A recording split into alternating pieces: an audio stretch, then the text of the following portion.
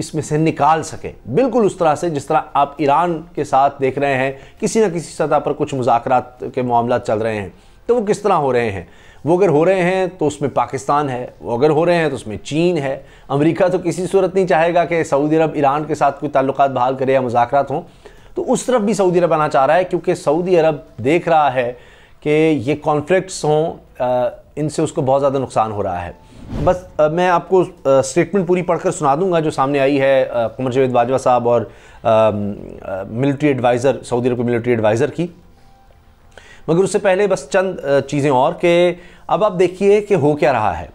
سعودی عرب ان سے نکلنا چاہ رہا ہے کیونکہ اس نے امریکہ سے بھی سبق سیکھ لیا، پاکستان امریکہ کو بھی سمجھاتا رہا، اور یہ 2010 کی بات ہے کہ اس وقت کے بھی آرمی چیف نے پاکستان کی ایجنسیوں کی رپورٹ دی تھی کہ اس میں سے جتنی جلدی آپ نکل جائیں اس جنگ میں سے، یعنی افغانستان سے آپ جنگ کی بجائے مذاکرات کا حل نکال لیں تو بہتر ہے، الٹیمیٹلی یہ حل ہوگا۔ تو 10 سال پہلے یہ بتایا گیا تھا، پھر آخرکار 10 سال بعد جناب امریکہ کو یہاں سے بھاگنا ہی پڑا۔ تو امریکہ میں اور افغانستان میں کتنا فرق ہے، یعنی سب سے طاقتور ملک اور سب سے کمزور ملک،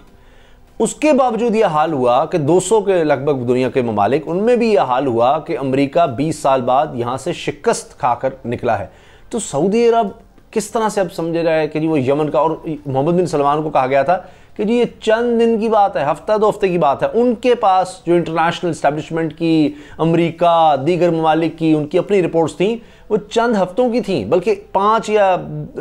دن یا 1 ہفتے کی بات تھی، لیکن پاکستان کی جو رپورٹس تھیں وہ صحیح ثابت ہوئیں کہ جی اس میں آپ گھس تو جائیں گے، آپ سے نکلا نہیں جانا۔ پھر اب وہ حال ہے، اب نکلیں تو نکلیں کیسے؟ اب اس کے لیے اس طرح کی ملاقاتیں ہوتی ہیں، اور اب army chief general Qamar Javed Bajwa نے سعودی وزیر دفاع کے ملٹری ایڈوائزر سے ملاقات میں کہا ہے کہ پاکستان سعودی عرب سے برادرانہ اور تاریخی تعلقات کو خصوصی اہمیت دیتا ہے۔ ISPR کے مطابق army chief general Qamar Javed Bajwa سے سعودی وزیر دفاع کے ملٹری ایڈوائزر کی ملاقات ہوئی۔ ISPR کا کہنا تھا کہ ملاقات میں باہمی دلچسپی، علاقائی سیکیورٹی اور افغان صورتحال پر بات ہوئی، جبکہ دونوں ملکوں کے درمیان دفاعی تعاون کے امور زیر غور آئے۔ دفاعی تعاون کس طرح سے ایک دوسرے کے ساتھ تعاون ہو سکتا ہے جی، اور ظاہر ہے سعودی عرب نے کتنا تعاون کرنا ہے وہ اپنی جگہ ہے، تو زیادہ تو ظاہر ہے کہ پاکستان کی فوج ہر لحاظ سے کہیں ایڈوانسڈ ہے الحمدللہ، کہیں ڈسپلنڈ ہے۔ تو بہرحال دوران ملاقات آرمی چیف نے کہا پاکستان سعودی عرب سے برادرانہ اور تاریخی تعلقات کو خصوصی اہمیت دیتا ہے، سعودی عرب کی اسلامی دنیا میں نمایاں اہمیت ہے۔ جنرل قمر جاوید باجوہ کا کہنا تھا کہ افغانستان میں انسانی المیہ سے بچنے کے لیے منظم کوششوں کی ضرورت ہے، افغانستان میں امن اور مصالحاتی کوششوں کی خصوصی اہمیت ہے۔ ترجمان کے مطابق سعودی military adviser major general Talal Abdullah نے پاکستانی مسلح افواج کی پیشہ ورانہ مہارتوں کا اعتراف کرتے ہوئے، اعتراف تو اب کرنا ہے کہ جی آپ کی رپورٹ ساری صحیح تھی، ہماری ساری غلط تھی، اچھا، اعتراف کرتے ہوئے مختلف شعبوں میں تعاون کو مزید فروغ دینے کے عزم کا اظہار کیا۔ دوران ملاقات سعودی ملٹری ایڈوائزر نے افغان صورتحال اور بارڈر مینجمنٹ پر پاکستان کے کردار کو سراہا۔ تو یہ جناب آفیشیل سٹیٹمنٹ ہے، اور باقی آپ حالات و واقعات سے جو اندازہ لگا سکتے ہیں وہ میں نے آپ کے سامنے رکھ دیا ہے۔ اب آپ دیکھیے کہ جس طرح سے سعودی عرب اب آگے بڑھنا چاہ رہا ہے، سیاحت کو فروغ دے کر اور تیل کی کمائی سے نکل کر دیگر امور کی طرف آنا چاہ رہا ہے، تو کانفلکٹ میں رہ کر بارڈر پہ ساتھ، اور جناب آئے دن ڈرون حملے ہو رہے ہیں، اس طرح کے حالات ہو رہے ہیں، اس طرح سعودی عرب آگے نہیں بڑھ سکتا۔ تو اس کو اس جنگ سے نکلنا ہے، کسی نہ کسی مذاکرات کرنے ہیں۔ اگر وہ حوثی ڈائریکٹ ان کو نہیں نشانہ بناتے تو آپ دیکھیے کہ جن کو سپورٹ کر رہا ہے سعودی عرب، وہاں پر کس طرح سے ان کو نشانہ بنایا جاتا ہے۔ حتیٰ کہ میں آپ کو بتا رہا ہوں کہ اگر آپ دیکھیں پلڑا بھاری یقیناً آپ کو سعودی عرب کا نظر آئے گا کہ جی وہاں سے ایئر بمبارڈمنٹ کی جاتی ہے، جو لانچ پیڈ ہوتے ہیں کہا جاتا ہے ان کو نقصان پہنچا دیا، لیکن پھر بھی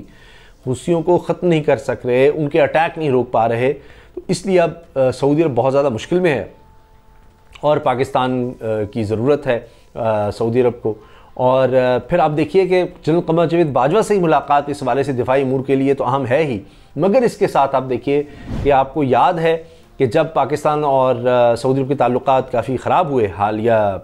کچھ عرصہ پہلے، جب یہ سارا سٹیٹمنٹ مقبوضہ کشمیر والا معاملہ اور پھر کوالالمپور میں سمٹ جب ہونے جا رہا تھا اور پاکستان میں شرکت کرنا چاہتا تھا، پھر سعودی عرب ناراض ہو گیا، پاکستان نے نہیں شرکت کی، ان کو لگ رہا تھا کہ جی ایک OIC کا الگ گروپ بن رہا ہے۔ اب تو دیکھیے OIC کے وزرائے خارجہ کا اجلاس پاکستان میں ہوتا ہے 41 سال بعد، تو سعودی عرب کس طرح پاکستان کے ساتھ جڑ رہا ہے، پاکستان کی باتیں اس طرح مان رہا ہے۔